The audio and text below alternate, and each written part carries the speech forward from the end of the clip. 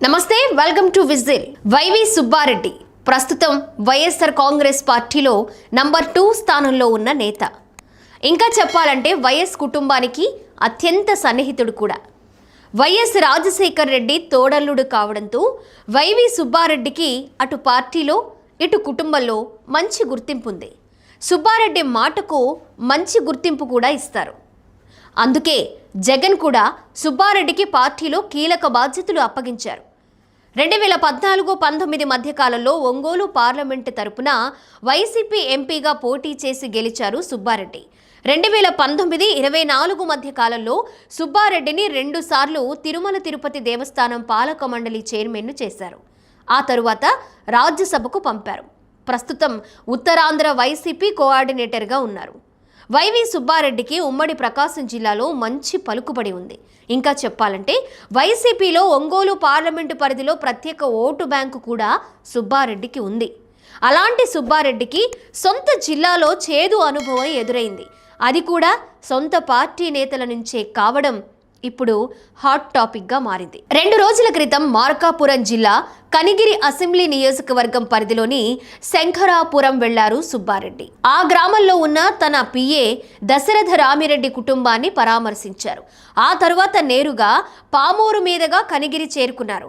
పార్టీలో అధినేత తరువాత అధినేత స్థాయి వైవి సుబ్బారెడ్డి కనిగిరి వస్తే నియోజకవర్గం వైసీపీ సమన్వయకర్త కనీసం ఆయనను కలవలేదు. నిజానికి నియోజకవర్గం సమన్వయకర్త అందుబాటులో లేకపోతే ముఖ్య నేతల పర్యటనపై ముందుగానే సమాచారం ఇస్తారు. అప్పుడు ఆఘమేఘాల మీద నియోజకవర్గం చేరుకుని నేత వెళ్లే వరకు ఆయనతోనే ఉంటారు. కానీ సుబ్బారెడ్డి పర్యటన సమయంలో నియోజకవర్గం వైసీపీ సమన్వయకర్త దద్దాల నారాయణ యాదవ్ కనిగిరిలోనే ఉన్నారు. అయినా సరే సుబ్బారెడ్డిని మర్యాదపూర్వకంగా కూడా కలవకపోవడం ఇప్పుడు ఉమ్మడి ప్రకాశం జిల్లాలో హాట్ టాపిక్గా మారింది. కనిగిరి వచ్చిన వైవి సుబ్బారెడ్డి పీడీసీసీ బ్యాంక్ మాజీ చైర్మన్ వైఎం ప్రసాద్ రెడ్డితో కలిసి డాక్టర్ పెరుగు మురళి నూతనంగా నిర్మించిన ఆసుపత్రికి వెళ్లారు. అక్కడ చాలాసేపు గడిపారు. ఇదే ఇప్పుడు అసలు వివాదానికి కారణం. వైఎం ప్రసాద్ రెడ్డికి దద్దాల నారాయణ యాదవ్కు తొలి నుంచి వైరం ఉంది.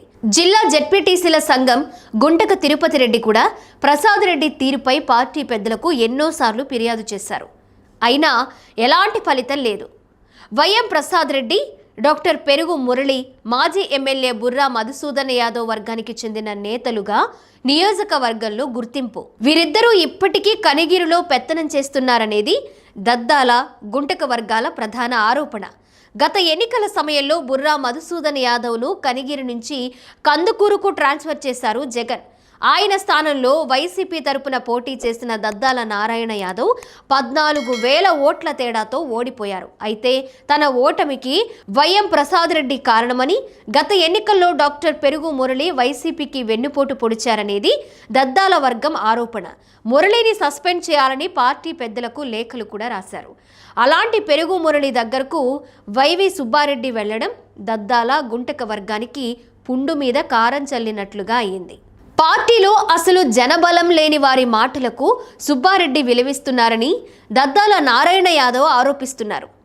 ఇలాంటి పరిస్థితుల్లో పార్టీలో ఉంటే తాము కూడా తీవ్రంగా నష్టపోతామని దద్దాల గుంటక వర్గాలు భావిస్తున్నాయి.